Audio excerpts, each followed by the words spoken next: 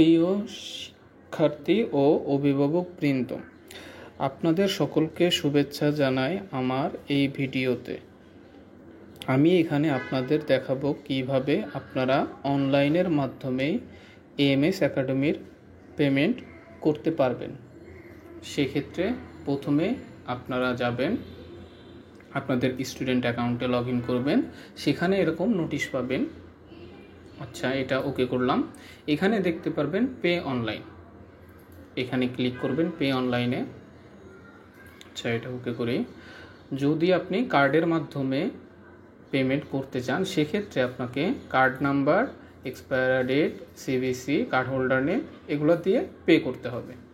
আর যদি আপনি মোবাইল ব্যাংকিংয়ের মাধ্যমে করতে চান তাহলে রকেট, বিকাশ, নগদ, ট্যাপ, উপায়, পকেট যেটা ইচ্ছা ব্যবহার করতে পারেন সেটা দেখাতে পারেন।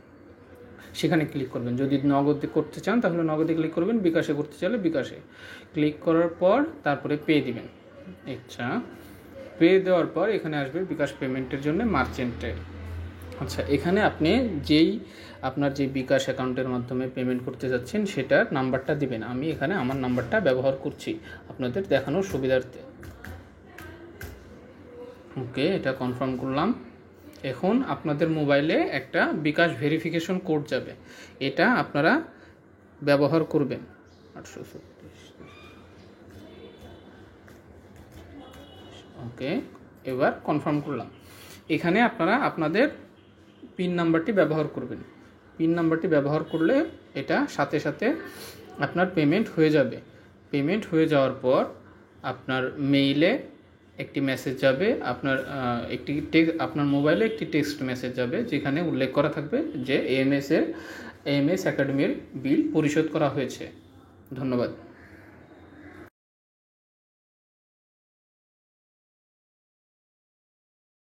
প্রিয় শিক্ষার্থী ও অভিভাবকবৃন্দ, আপনাদের সকলকে শুভেচ্ছা জানাই আমার এই ভিডিওতে, যেখানে আমি আপনাদের দেখাবো কিভাবে এএমএস একাডেমির অনলাইন পেমেন্ট পরিশোধ করতে হবে। প্রথমে আপনারা আপনাদের স্টুডেন্ট অ্যাকাউন্টে লগ ইন করবেন। সেখানে এমন নোটিশ পাবেন, নোটিশটি ওকে করবেন। ওকে করার পর আসবে এমন পে অনলাইন, পে অনলাইনে ক্লিক করবেন। আবার নোটিশ আসলে ওটা অটোমেটিক ক্লোজ হয়ে যাবে। যদি আপনি কার্ডের মাধ্যমে পরিশোধ করতে চান সেক্ষেত্রে আপনার card number, expiry date, CVC এগুলো দিয়ে নিচের দিকে পে অপশন আছে সেখানে ক্লিক করবেন। আর যদি আপনি মোবাইল ব্যাংকিংয়ের মাধ্যমে করতে চান সেক্ষেত্রে বিকাশ, রকেট, নগদ যেটা দিয়ে আপনি মোবাইল ব্যাংকিং করতে চান বা পরিশোধ করতে চান সেটাই ক্লিক করবেন। আমি বিকাশের মাধ্যমে করব তাই বিকাশে ক্লিক করছি। বিকাশে ক্লিক করার পর আমার একটি অপশন আসবে বিকাশ মার্চেন্টের, সেখানে আমি আমার নাম্বারটি ব্যবহার করছি আপনাদের সুবিধার্থে।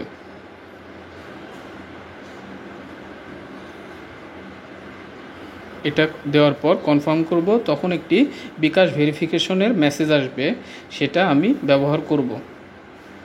মেসেজের জন্য একটু অপেক্ষা করবেন।